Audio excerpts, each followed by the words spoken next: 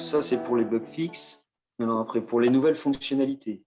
Donc, première nouvelle fonctionnalité qui nous avait été demandée. Donc là, la nouvelle fonctionnalité, on ne verra pas dans l'ancienne version, bien sûr. Donc, recharger ma page. Donc ici, maintenant, il y a une nouvelle fonction de propriété qui s'appelle getOTP. Donc, je ne sais pas si vous avez déjà eu des use cases comme ça. C'est pour faire des codes uniques, en fait, des doubles authentes sur certains systèmes. Donc, certains systèmes vont vous permettre, en fait, vont demander à l'utilisateur de saisir un code. Parce qu'au moment où je me connecte, en fait, il y a souvent un SMS ou un mail qui est envoyé en double autente par un autre procédé.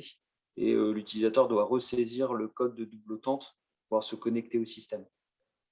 Et donc, pour pouvoir tester ces fonctionnalités-là, donc il y a des librairies OTP. Donc, en fait, les développeurs peuvent vous fournir un code secret. J'en ai mis un, mais en fait, ça peut être n'importe quoi. Hein.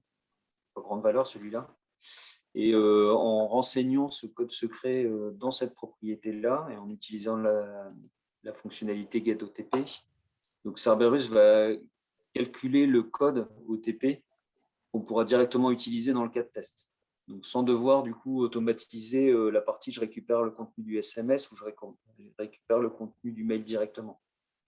Donc, si on ne veut pas tester ce process-là, mais on veut juste utiliser ce loguer, ça permet d'accélérer les cas de test en récupérant directement le code de connexion. À mon avis, c'est une demande qui a été faite d'un secteur bancaire, non?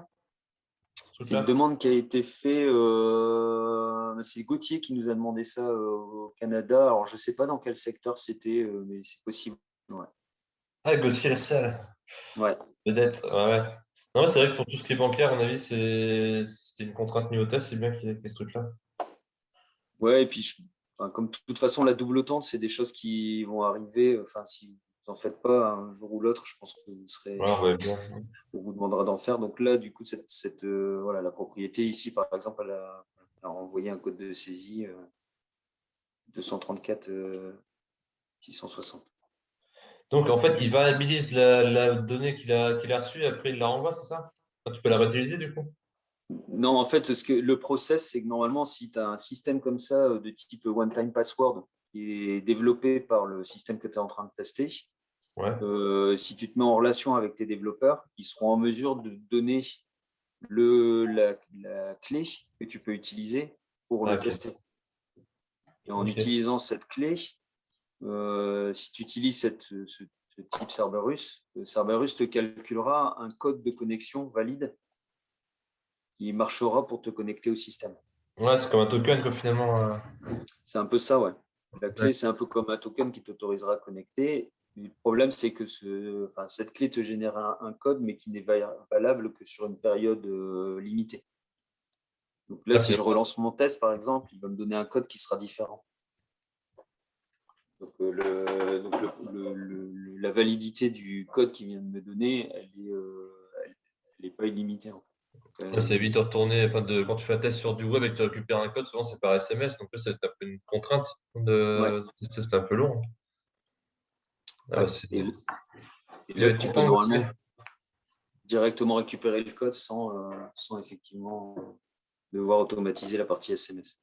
Ouais, il va être Voilà, content, tout ça Gauthier, va là. automatiser. Il va le faire facilement, du coup. Ouais, bah, après, lui, il utilisait une version snapshot de Cerberus pour valider que ça fonctionne bien. Donc, on l'avait débloqué il y a un petit moment là-dessus en rajoutant cette fonctionnalité. Donc, voilà, donc c'est la gestion de la double tente. Ensuite, il y a donc une fonctionnalité majeure là qu'on a intégrée. On fera sans doute un meet-up dédié au sujet avec l'équipe de développement des Eratum. Eratum, c'est un algorithme développé par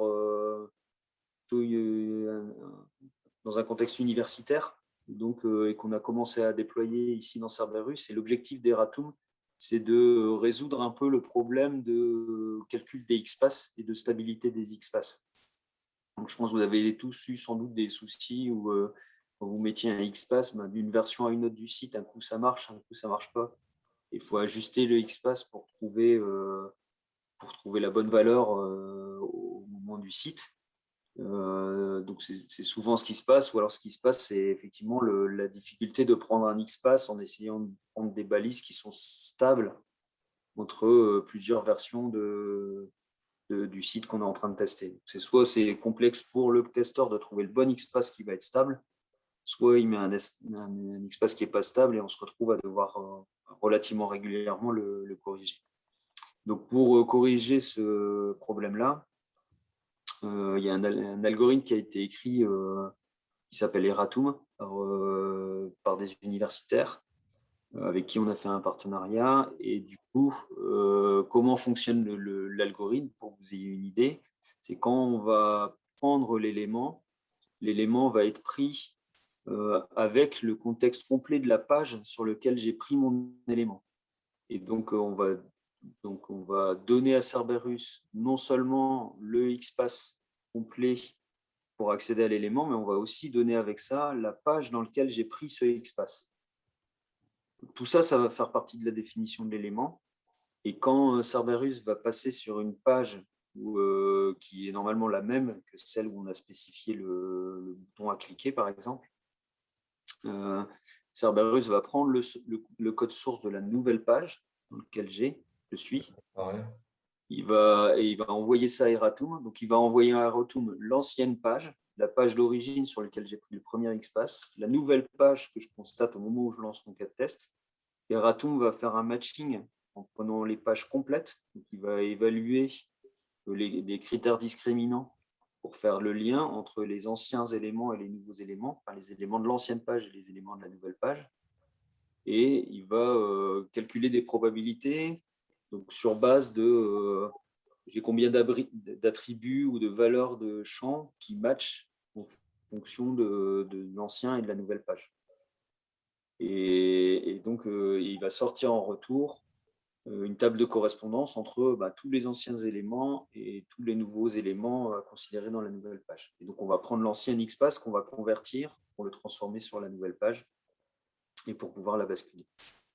Ça paraît simple quand tu l'expliques, mais niveau dev, ça doit être super complexe de faire ça, non? Au niveau dev, côté Eratum, ils ont mis un petit peu de temps à l'optimiser parce qu'ils ne voulaient pas faire en plus un algorithme en spécifiant en dur les attributs qu'on peut considérer comme discriminants ou pas.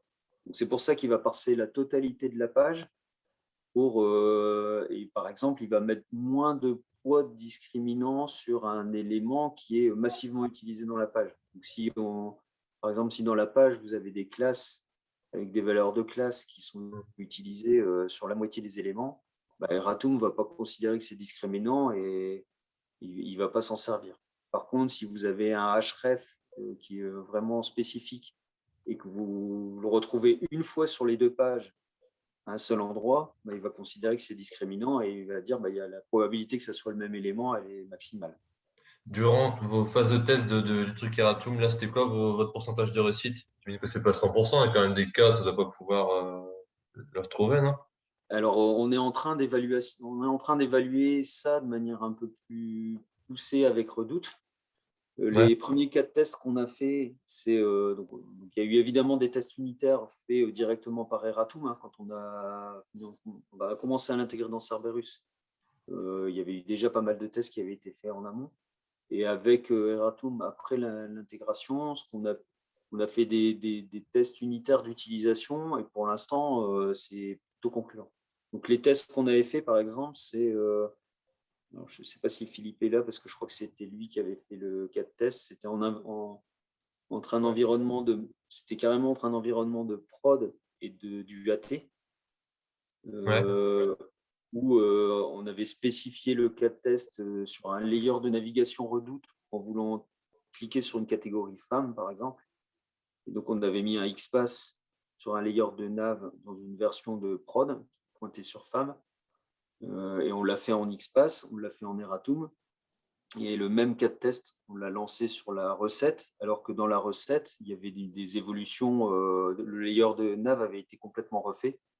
Il y avait toujours une catégorie femme, mais avec une structure qui avait juste rien à voir. Et la méthode par XPath, elle ne retrouvait plus l'élément. Ouais. Et Eratum l'a trouvé. Donc on a pour l'instant des cas unitaires. Je ne sais pas si tu es sur le call, Philippe. Non. Il est là pourtant. Ouais. Vous m'entendez pas? Si, on t'entend. Si, on t'entend. Ok. Ouais, on a fait le test avec 2 versions complètement différentes du site, mais que l'élément était présent et Eratum a réussi à trouver le nouvel élément. Et il nous montre après quel était le XPath qu'il a utilisé. C'est canon quand même, c'est canon ce truc-là, ça fait gagner un temps fou. Des fois, enfin, la meilleure méthode pour moi c'est quand même l'ID, parce que tu mets les ID tranquille, mais des fois t'as pas la main. Contrôle, ouais. Puis tu as des Ouais, frameworks qui changent et tout, quoi, c'est ça. Ouais, exactement. Des Ouais, fois, donc, tu as les Du coup, idées qui sont dynamiques. Du coup, que je comprenne bien le fonctionnement, quand vous avez un changement, enfin, le fonctionnement d'Eratum, il est systématique ou il faut solliciter Eratum sur des cas de test sur lesquels on pense qu'il y a un souci? Ouais, alors ce qu'il faut garder en tête, Michael, c'est que effectivement l'utilisation d'Eratum, ça consomme plus de ressources parce que forcément quand tu vas vouloir retrouver ton nouvel élément, ça veut dire que Cerberus il va faire le matching entre 2 pages qui peuvent être assez costauds, hein, et il va mapper la totalité des champs des 2 pages. Donc il y a un petit, voilà, il y a un temps un peu supérieur, parce qu'il faut que le temps qu'on part ce truc-là, qu'on rematche les éléments et qu'on les matche ensemble. Mais honnêtement, enfin, après sur les 4 tests que j'ai fait moi, je ne vois pas une énorme différence en termes de rapidité d'exécution. Donc la prochaine étape, enfin, moi ce que j'aurais tendance à dire, c'est faites-le de manière ponctuelle, parce que quand vous savez que vous pointez sur des éléments sur lesquels vous savez que ça va bouger ou c'est des trucs qui bougent régulièrement, mettez du Eratum, puis ça permettra aussi, donc encore une fois, là, je pense en septembre, on refera une session avec les gens d'Eratum, parce que ça permettra aussi de partager des use cases un peu plus globaux, parce qu'eux, ils sont dans le même état d'esprit de Cerberus, d'améliorer leur algo et de trouver un algo qui j'espère, vont résoudre un peu tous ces problèmes-là. Ouais, puis encore une fois, c'est pas cher payé. Je veux dire, si le temps de réponse est un peu plus long, mais que ça évite de sans arrêt devoir retourner dans le site, modifier l'espace et tout ça, bon. Ah, clairement, hein, clairement. Parce que c'est enfin, en plus, quand on dit c'est un peu plus lent, voilà, c'est une demi-seconde en plus ou quelque chose comme ça. Donc, c'est quelques centaines de millisecondes. C'est pas. Donc, il ne faut pas trop s'en priver.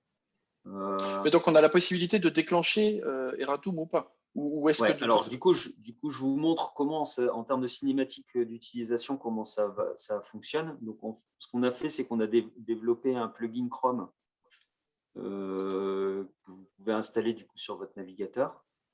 Donc, il y a un plugin Cerberus. Alors, je l'ai mis sur le.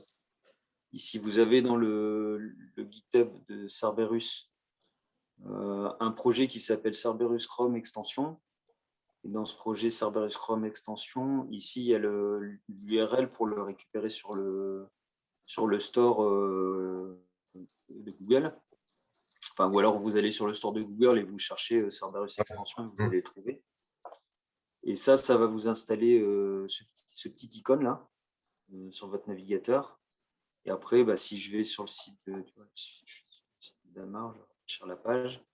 Donc, il suffit ici de cliquer, d'activer Eratum. Donc là, je clique dessus pour récupérer Eratum. Ça highlight l'élément que je veux pointer.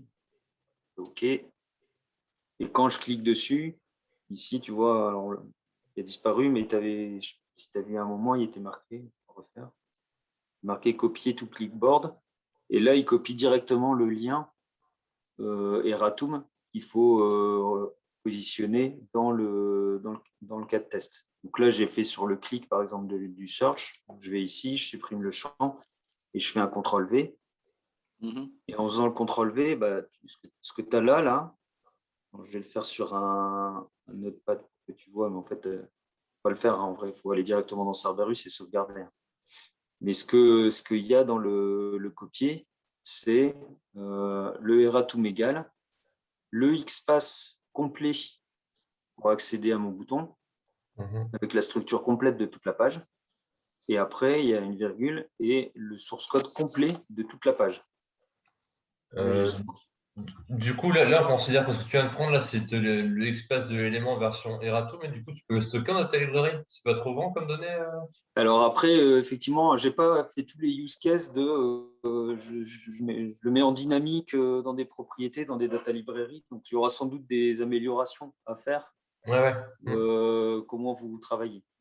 Parce que si en l'état, c'est un site où on n'a pas la main pour mettre des ID, bah forcément, autant les mettre dans des data libs. Mais je crois qu'il y a une limite de caractère en data librairie, il me semble. C'est pour ça que je te. Ouais, mais donc du coup, on fera sauter. Alors, elle est vachement loin, hein, donc, mais s'il faut, on la refera sauter. Ouais. Donc, on retaillera les champs de base pour qu'on soit capable de la mettre de la même manière. Ou alors une data librairie spécialisée Eratum. Enfin, faut voir. Ouais, je pense qu'on va plutôt élargir que ça soit. Ouais, ce sera plus simple à gérer. Et donc là, quand on sauvegarde, donc, tu vois, là, en gros, là, au lieu de définir un XPath, alors l'avantage de ça aussi, c'est que du coup, je n'ai pas besoin de chercher mon XPath dans le détail. Enfin, même en use case pour faire un V4 test, hop, je clique là, j'ai mon élément, je reviens là, je fais CTRL-V, je l'ai directement. C'est même plus rapide que faire un XPath finalement. Oui, carrément. Et je récupère ici la valeur Eratum. Alors, quand je sauvegarde mon cas de test, pour éviter d'avoir une interface trop lourde, ici, l'interface va masquer le contenu du source HTML. Mais je peux quand même m'amuser à changer le XPath si je veux le changer à la. Enfin, généralement, il vaut mieux le reprendre sur le HTML. Parce que finalement, le XPath, il est lié aux sources qu'il y a derrière. Et niveau stockage dans Cerberus, ça peut pas poser problème, ça, par la suite? De stocker les champs avec XX caractères? Oui, c'est sûr que ça va alourdir un peu la taille du repo de cas de test, mais franchement, c'est négligeable par rapport au gain.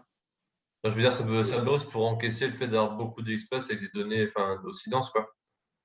Je suis pas trop inquiet là-dessus. Ouais, D'accord. pas trop inquiet. Ouais. Après, ça va être effectivement, ça va être globalement plus de consommation mémoire sur l'exécution des cas de test, plus d'utilisation base de données. Mais c'est pour ça que c'est intéressant de le tester aussi, parce que si les retours se confirment sur le fait que ça résout réellement le problème, c'est pas grave. Hein. L'overhead de perf, il est vraiment négligeable par rapport au gain qu'on peut avoir à ne pas devoir refaire les XPath systématiquement.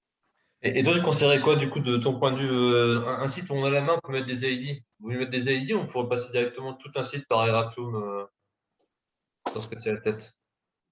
Je pense qu'aujourd'hui, ça reste expérimental. Donc, il faut le faire progressivement.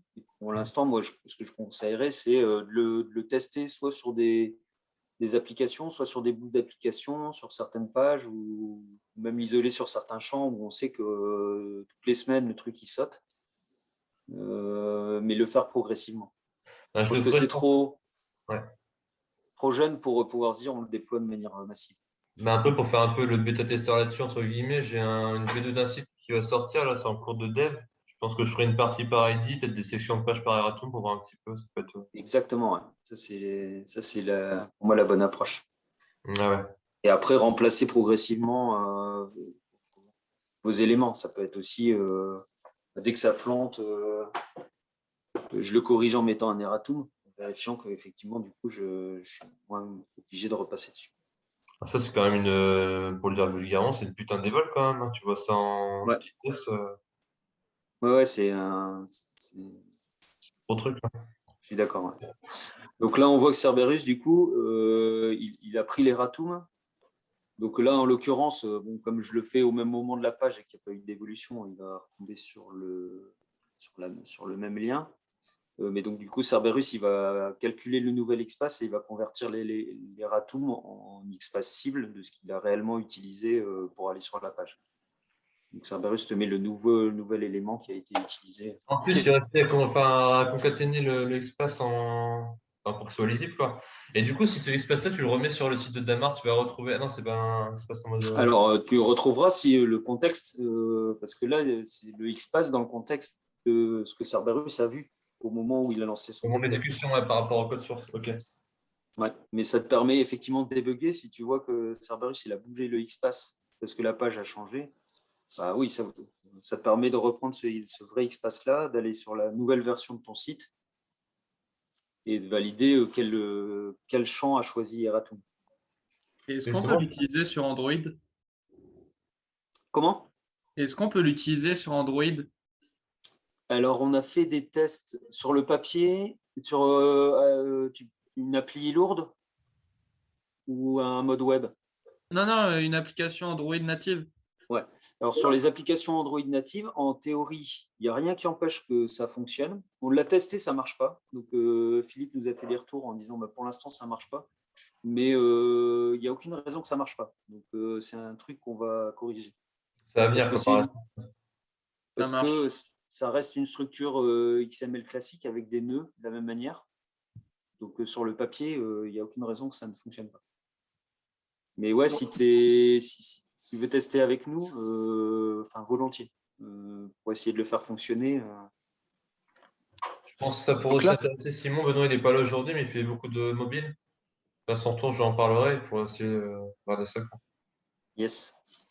Donc là, en fait, le lien qu'on voit sur la page qui commence par Eratum, c'est un lien en fait qui est quelque part variabilisé. Et maintenant, si la page de référence elle change de code, le processus Eratum va se mettre en place sur base de ce lien-là pour retrouver le bon XPath. C'est ça. Il va convertir l'ancien XPath là. Ouais. Et si par exemple dans ta structure là, ils ont décidé de dire je mets plus le header dans la 2e div, mais je le mets dans la 4e div ou machin chose. Eratum, lui, là, il te laissera. Enfin, la définition, elle serait toujours sur la 2e div, mais ici, il va dire non, j'ai cliqué sur la 4e. D'accord. C'est un truc par la suite, si vous voulez aller encore plus loin, imaginons un site où tu as déjà des ID, tu sais. Mais tu commences ton automatisation, tu vas récupérer tes ID sur ton site, tes XPath. Ce serait intéressant serait de prendre Eratum, cliquer sur l'élément, et s'il y a un ID, au lieu de prendre tout le code source de la page, je prendrais uniquement l'ID, qui fait la différence entre XPath et ID en fait. Parce que ton ID, peu importe les évols, il ne bougera plus ton ID dans le temps. Alors, si tu es sûr de ton ID, autant mettre un ID, mais là, tu n'as plus besoin d'Eratum. Donc, en mettant ID égal, tu désactiveras Eratum. En fait, c'est toi qui décides. Ouais, tu veux dire que quand tu cliques sur Eratum, là, tu récupères un élément, il te reprend le XPath. Mais si dans ce XPath-là, tu vois qu'il y a un ID, ça peut être intéressant qu'Eratum, il le mette directement en format ID en XPath classique, tu sais. Ouais, mais faut encore vérifier que l'ID, il est unique. Ce qui est normalement le cas, mais ce qui n'est pas systématique quand même. Donc, il faut quand même vérifier que l'ID est unique. Et en plus, il faut être sûr que ton ID, il n'est pas autogénéré et il est stable. Ah ouais, des fois, dans les listes, tu as les ID identiques. Ouais. Donc, là, on a fait un premier cas d'usage. Alors, du coup, sur le plugin, là, pour l'instant, on a fait Geteratum. Voilà, maintenant qu'on a un plugin, on risque de l'enrichir. Parce que, pareil, si vous avez des cas d'usage en disant un bouton pour récupérer l'ID ou un bouton pour récupérer le data Cerberus, ou alors pour pouvoir faire directement la copie d'écran, la zone que je veux cliquer du coup dans le bon format. Voilà, là on ouvre une étape de rendre le travail du testeur plus facile parce qu'on sera mieux intégré au moins au monde web avec le plugin. C'est top, c'est top, franchement. Ça va, donc on refera un meet-up là-dessus et ça sera l'occasion à la fois de rencontrer l'équipe de dev. Là, c'est Sacha principalement qui travaille là-dessus en alternance dans je ne sais plus quelle société. Et du coup aussi partager avec vous pour avancer dans le test de la feature, confirmer et puis améliorer l'algo si on voit qu'il y a certains trucs qui détecte pas bien. Alors, si on avance, j'ai mis à jour l'autocomplete aussi sur les identifiers. J'ai mis tous ceux qui sont supportés par Cerberus. L'identifier, c'est ici ce qu'on a en autocomplete. Parce que du coup, j'ai rajouté Eratum, les pictures, les tests. Donc, avant, je pense qu'il y avait une liste assez limitée. Donc là, j'ai mis tous ceux qui sont supportés par le moteur Cerberus. Donc, juste en cliquant sur le champ, tu as la liste qui apparaît, c'est ça? Ouais. Donc, tu dois définir un élément. Ici, tu cliques sur le champ et tu as l'autocomplete qui te propose les éléments correspondants. Donc, cette liste-là, dans l'ancienne version, elle était limitée. Là, voilà, il n'y en avait que 4. Alors que Cerberus en supporte beaucoup plus. Là, j'ai étendu pour tout afficher. Alors, je ne sais pas si on reviendra peut-être après.